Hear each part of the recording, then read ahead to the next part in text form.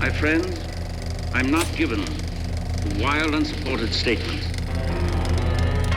And I tell you that we must evacuate this planet immediately. Jor-El, be reasonable.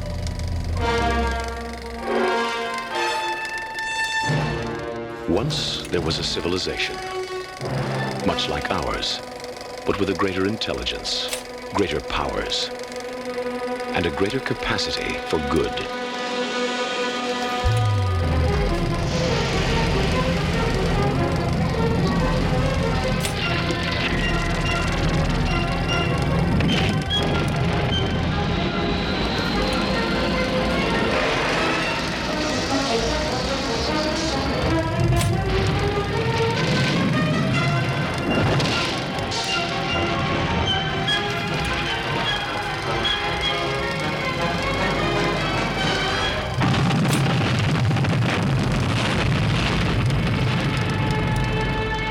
In one tragic moment, that world was destroyed.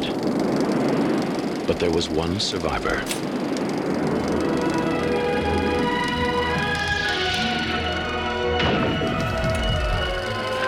Now, wouldn't that beat all get out?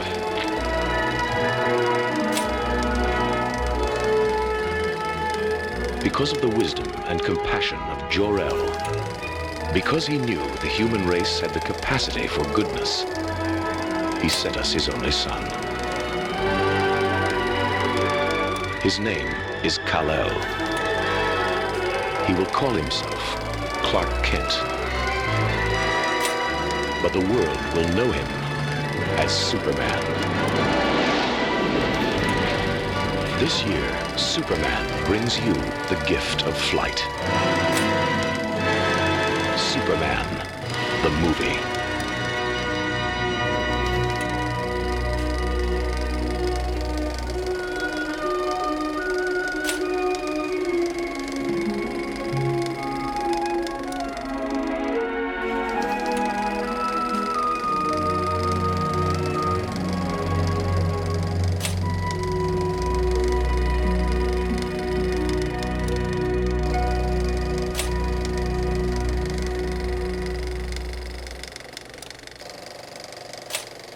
Welcome everybody to Cerebral Cinema.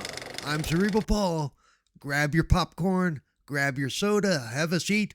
We're going to talk movies. Today, let's journey back to 1978 to the superhero movie that started them all. Superman the movie hit theaters in December 1978. It didn't just make an impact, it made history. With a production budget of $55 million, it was the most expensive film ever made at the time, but audiences responded with overwhelming enthusiasm, and the film soared to a worldwide box office total of $300.4 million.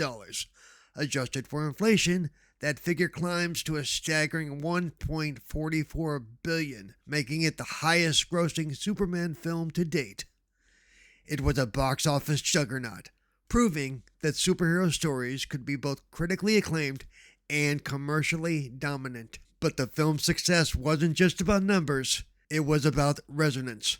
Viewers believed in the story, in the hero, and in the magic of cinema.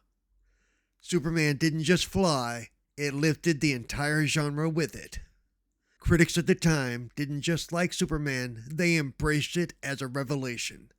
Roger Ebert called it a pure delight, praising its blend of adventure, romance, and wit.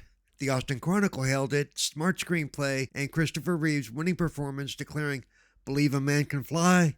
You bet." Variety described it as wonderfully exciting fantasy, while the Globe and the Mail proclaimed, "As gods go, Superman is one of the godliest, his movie is one of the best." Even decades later, retrospectives continue to celebrate its sincerity and charm.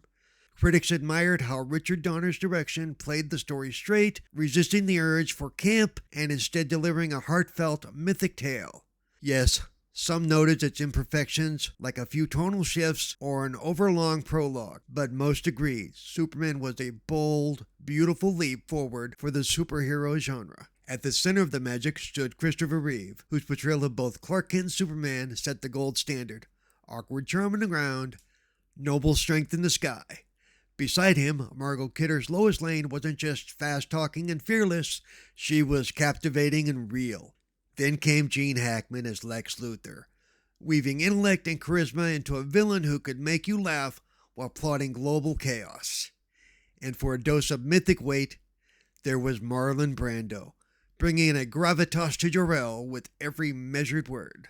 Supporting this legendary ensemble, Ned Beatty as Otis brought lighthearted mischief, while cameo legends like Kirk Allen and Noel Neill, the original Superman and Lois, gave longtime fans a wink of recognition. Even Larry Hagman appeared for a brief but memorable moment, grounding the fantasy with a splash of military humor. Behind the scenes, the film's soul was shaped by a remarkable writing team. Mario Puzo, famous for The Godfather, whose storytelling brought scale and myth, David and Leslie Newman, who added warmth and wit, and Robert Benton, who ensured that even a hero from Krypton felt human. Their collaboration produced a screenplay that honored the grandeur and intimacy of Superman's journey from distant planet to the heart of humanity. And then, the music. The legend John Williams composed a score for the ages that didn't just accompany the visuals, it defined them. The heroic march, the tender themes, the cosmic soundscape, all lifted the story to emotional heights